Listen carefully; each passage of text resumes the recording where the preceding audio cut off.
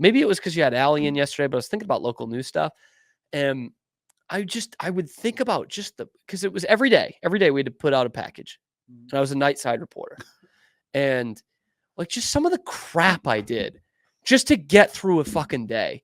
Sometimes I would come home and it wasn't like this existential dread necessarily. Some days it was, but some days I was just like, oh, what was my work today? I'm going to push back on this a little. Okay. Now, did you produce a package each night? Yeah. Okay. Now, I'm really pushing back. There are people who watch local news all the time. That's all they know. And honestly, as I get older, like once in a blue moon, I'll turn on the news here in town to know what's going on. Mm-hmm. And if it's if it's a story that's not local, I'm like, get the fuck out of here. Like, this is local news. Get out of here. I want, like, beat it, dude. I want Cam Stewart telling me what's going on with the water treatment in Mart. Sorry, I do. Like that. So I think you're not giving yourself enough credit. Like, you did make a difference. I appreciate that, Pete. It's true. Local news, I think, is important. It's just a matter of, can you stand it anymore? Yeah. You know? Yeah, I guess. And like, you worked at the number one station, so this doesn't work as much to you. But on the whole, nobody watches it. Nobody watched me. I used to say, and people get mad at me, they'd be like, well, KCN's doing this and Fox doing this. I'd be like, yo, can we get one thing straight? Those motherfuckers are yelling out a window, okay? Fuck off. Nobody's watching. If you put it like out your window on your TV, that would double the audience, man. I got a question for you. Oh wait, can I one more thing? Because I remember this is what brought it. This is what brought it up. So I was watching a little bit of the news yesterday, and they had like the whole graphic and everything with the school bus, and it was like the bus stop weather report. And I'm like, think about who that's for Scotty in a couple years. Yeah, like a young parent to young children. But nobody Scotty's age is watching local news. No, nobody. And the problem is that they might that's never. 40 years ago. But yeah, they might 30 never. years ago. Yeah, there still are some people that watch. It's so interesting. And I'll tell you, it's still a money-making business with all the ad revenue they pull in, because like for where I used to live or work, great corporate, anytime you get a political, presidential or local they got to pay the most. Yeah, they pay out the waz, and it goes right to corporate. And corporate filters that down like as they see fit. And in an election year, it's crazy. And you still, at least it was last election, I'm pretty sure it will be again, that the most money spent in advertisements during election years are on local TV, local news. So it's still there, man. It's crazy. I got one question for you. I know you're tied up over there. Well, I just saw this thing about Kayleigh McEnany. Remember her? Oh, yeah. And it said, should Trump bring her back as press secretary? And someone quote tweeted it and said, every single public-facing member of the admin needs to be hot. No excuses now. No hiding it. Make America healthy again means making America hot again. I think that's funny. Oh, he'll take care of that for you. Yeah, he's hot. Don't worry about that. All right, give me something I can put a thumbnail on in the last 2 minutes here. I got you. So do you, now you're in sports, credentialed member of the media, wherever you go, you were talking about going to a game on Saturday. Okay. Like I'm now thinking about, I can't go Saturday, but I'm going to be in the DFW. But Sunday, there's a window and the Eagles are in town, 325. Would you go to that game? Yeah. You would? Yeah. It's expensive. Yeah. I mean, that's no matter who you are, right? you're breaking it's $400 at the end of the day. Oh, now see, you make more money than I do, so we're on different planes here. We're on different planes. Like that's different for me than it is for you. I have always been a proponent of, and this goes contradictory to what we've been bitching about, of it's too expensive to go to games. I mean, that's a prime example right there.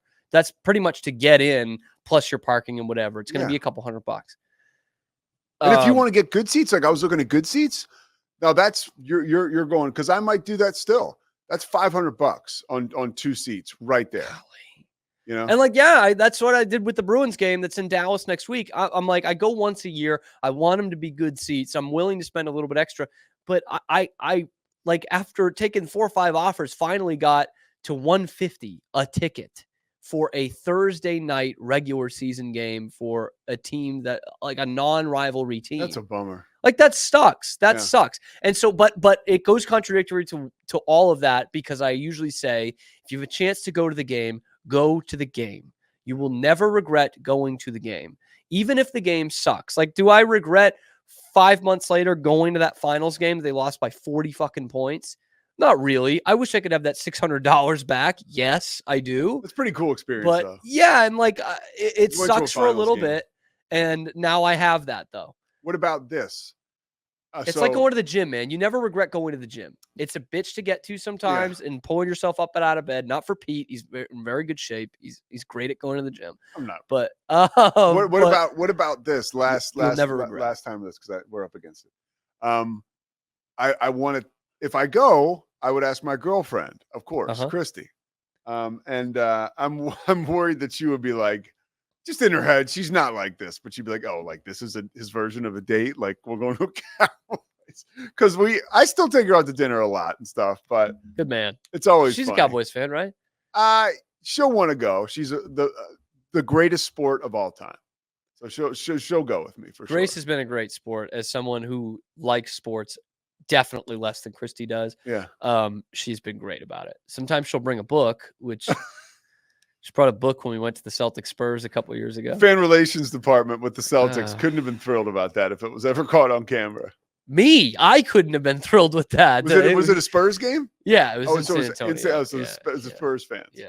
Yes. But by the way, before we do get out of this, bringing it back to the election, I think this Trump thing with tickets is real. What do you mean? He's like saying that he's going to try to lower tickets to sports games and like prevent price gouging from third-party ticket sites. Like I saw that quote like Sunday, and so I'm like, okay, this is some bullshit. Like a day before the election, like they're just saying this because we're all watching Red Zone right now. But I think I saw it from a second source after the election. I think that's a real thing. Now, take anything with a grain of salt from a guy who just got elected president, no matter who, right? But that is what will bring back the middle class. That is what I don't give a shit what tax breaks you give to millionaires if you're tax breaking me in a way by making it more affordable to go to sports games. Well, that's awesome. Former Wolves Academy goalkeeper, by the way. He was a goalkeeper in the academy for Wolverhampton Wanderers when he lived in the UK. Bet you didn't know that. Let's go. That's why his 6'9" son plays soccer and not basketball. Far be it for a guy who ruined an affordable football league. Yeah, that's true. That's to true. Actually make things affordable now. Thanks. If he does that, I'm in. Yeah. This hat becomes a little bit darker red if he. I think that'd be really cool. No, that would honestly be like a really cool thing for. Just I don't know, if nothing else, public morale for Middle America. It really is like that is a big Middle America thing. I don't know. Mike's in here telling us to wrap it up. He's like, stop making it political. Mike, what was on your computer? What the fuck is this? What is this? Oh, Pete Souza. It's 1 o'clock. It's a post-it that says, "I know what you did last summer." 1 o'clock.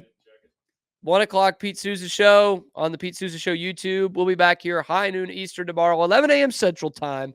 And then afterwards, you could get the show wherever you get your podcast. Live every day on YouTube. It is the Cam Show. Special thank you to Pete, to Matt Barry, to Scotty, keeping us on the air. We will see you tomorrow.